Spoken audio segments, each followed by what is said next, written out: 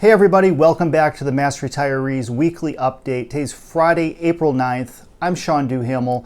Thank you so much for tuning in again this week. I got a lot of information for you, but before I get started, let me please ask, if you haven't done so already, if you're watching this video on Facebook, please like the Mass Retirees page. This is a great way for us to stay in touch with you and make sure that we're getting important information to you. Whether you are a Mass Retirees member or an active employee, or if you're a retiree, please join with us. But at the very least, subscribe to the page, like the page. That way you're getting this information from us on a regular basis and we're keeping you informed. And we're all in this together. That's the bottom line. And if you're watching this on YouTube, subscribe to our YouTube channel for the exact same reason.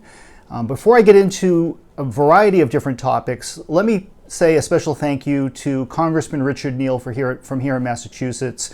As you know, I hope you know, if you watched last week's video or you read last week's email, Congressman Neal, who is the chairman of the House Ways and Means Committee, has reintroduced his windfall elimination provision reform proposal.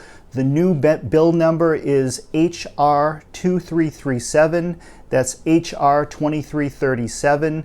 This is our sponsored legislation that Mass Retirees is backing, that we're completely committed to, that's going to find a viable path forward to finally reforming the windfall elimination provision, and if we're successful, providing some relief to those of you who are negatively impacted by the WEP and have had part of your Social Security benefit taken away because of the WEP. Now, I'm not going to get into all the details again this week because I got a lot of other information that we're going to provide, but in a nutshell, this legislation, as I just said, is our best opportunity moving forward to do something about the WEP. Now, for years, Mass Retirees' position, like many other organizations across the country, was simply to repeal both the WEP and the government pension offset law. We've been fighting that fight for nearly 40 years now, and not a single thing has happened. Legislation that would do just that has never moved forward, and we came to the conclusion a few years back that we don't see that as a viable option. As much as we would love to see the WEP and the GPO completely go away, and for you to get all your money back and to simply return things to the way it used to be, we don't believe that we have the national support, and most importantly, the votes in Congress, and in particular within the U.S. Senate, to make that happen. And no one has been able to convince me or Frank Valeri or Tommy Bonarigo or Nancy McGovern or anyone else working with us otherwise, that there is not a path forward for full repeal. So where does that leave us? Well, quite simply, a half a loaf is better than none, as they say. And we're not going to allow the perfect to be the enemy of the good, because to do so would be to sacrifice another generation of public retirees to the WEP and provide you absolutely no relief whatsoever. And that's just something that we're not willing to sit back and accept. We're also not going to be disingenuous and pretend otherwise. The reality is the reality. We're going to do all we can moving forward to get the best possible deal. But a deal is exactly what we're working on, a compromise. And I know that $150 extra every month is not as far as we would like to see this go. And we are still hopeful that perhaps we can make that relief payment a little bit more generous going forward. It is indexed to inflation, so even if it begins at $150, it's going to grow. But right now, $150 a month or $1,800 a year, that's real money to many of you, to everybody. And we're not going to walk away empty-handed if we can help it. So we're going to do everything we possibly can to continue to drive this issue forward. Now, the encouraging news is just over the past week, since the news broke that Congressman Neal had refiled this bill, we have been hearing from other organizations around the country. We had a great conversation, a great meeting a couple of days ago with retirees in California, a retiree organization in California who are just as committed to this issue as we are. And we're meeting next week with another group of retirees in California with the same intention in mind. We can't do this by ourselves. So if you're watching this video from one of the other states, or if you're a retiree from outside of Massachusetts, please engage with us, help us get this done. I know it has gone on for a long time, and some people have simply lost faith because you're frustrated and you're angry. But if we give up, this is never going to change. So the one thing I learned from Ralph White, and it was the way I was brought up as well with my parents, is you don't give up. If you believe in something, you keep fighting, you keep pushing, you keep trying to convince people that you're right, and eventually you're going to prevail and you're going to win. And that's our goal here at Mass Retirees. And right now, HR 2337, sponsored by Congressman Neal, is our best hope and our best path forward. And we'll have additional information to you in the coming weeks of certain ways that you can get directly involved in this and help us get this over the finish line. But in the meantime, we have a lot of other things going on here at Mass Retirees. The Social Security WEP and GPO and all the federal issues, as important as they are, that's not the only thing that we're focused on. We can chew gum and walk at the same time. In fact, just over the past 10 days, we have been busier than any other time so far in 2021.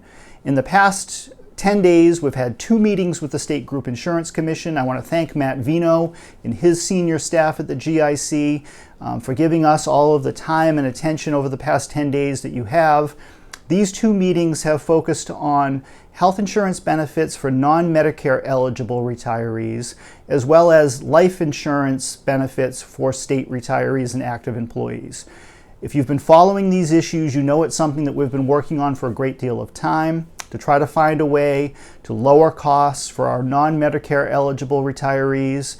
One path forward could be to enroll the non-Medicare eligible retirees into Medicare through what's known as the Medicare buy-in program. And this is something that you've seen us report on in our newsletter quite frequently over the past few years. A growing number of cities and towns here in Massachusetts have implemented this process. And so far, we have not heard a single complaint from a single member in any one of these communities. And there's been several thousand retirees who have gone through this process at this point. It's worked out very well. It has proven to be a true win-win both for retirees as well as local governments, in that it lowers everybody's costs while still providing excellent quality insurance. And that's really the goal, to provide quality, affordable healthcare coverage for everybody. And it's not necessarily an easy thing to do. So at the state level, we have at least 6,000 non-Medicare eligible retirees who are insured through the GIC. So it's not as simple of a process that we've seen at the local level in terms of getting people enrolled into Medicare. It's a lot of work that's required and it's complicated. And I want to credit the GIC staff and Matt for working with us and trying to find a viable solution to move this issue forward. We're making progress. I know if you're someone watching this and you fall under that category, you know how important this is to you. You know how much money it costs for your insurance benefits, and particularly your out-of-cost benefits with copays and deductibles. But I can assure you, we're doing everything we can to find a resolution to this problem sooner rather than later. The second meeting we had, again, was on life insurance benefits. And you know that for a long time now, Mass Retirees has been trying to find a way to increase the basic life insurance benefit from the current $5,000 level to a new benefit of $10,000. And it has been a complicated and proven to be expensive process to move that forward. The GIC, as part of its procurement process this year for their life insurance vendor, included some requirements that the vendor, in this case it was Metropolitan Life, was selected as the vendor, and you can read all about it in our newsletter. But MetLife provided some background information of some ideas and their analysis of how we can increase either the basic benefit or perhaps offer an additional optional benefit that retirees could opt into if it were proven to be affordable for you. Because again, just like on the health insurance side, we want to make sure that the benefits being offered to you are affordable, which is very, very important.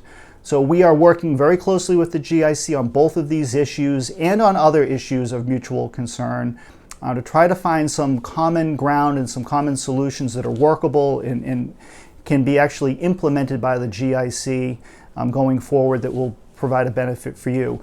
The last thing I want to mention is that we had a very productive meeting with the new chairman of the Joint Committee on Public Service, State Representative Ken Gordon. Representative Gordon comes from the town of Bedford, Mass. He is the new chairman of the committee. This is his first time serving on public service. We had approximately an hour-long conversation with him earlier this week with our whole team. led by our legislative chairman, Tom Bonarigo, and Nancy McGovern. They are our legislative force on Beacon Hill, and they do a great job on your behalf. And we're really excited for this session to finally get moving and for us to work closely with Chairman Gordon and his staff, as well as Chairman Mike Brady and his staff on the Senate side. We anticipate that the public hearing process most likely will get going into early or mid-May this year after the House of Representatives addresses the budget. So we'll have more to say on these issues. Keep a close eye on the upcoming May edition of The Voice, which is our newsletter, which, as a matter of fact, is at the printers as I speak. It should begin to arrive in your mailbox by the middle to late next week. The Voice is our primary way of communicating with you. So keep a close eye on The Voice. We're really excited about this issue. I hope you'll agree. It's full of great information, really late-breaking news in terms of the windfall elimination provision, excellent returns from the state retirement fund, and all kinds of good information to keep you informed and keep you up to date on the things that are most important to you as a public retiree. So with that, I'm going to sign off for today, but tune in again next Friday for our new update, and we'll have more information to you really soon. But thank you so much, and you stay safe.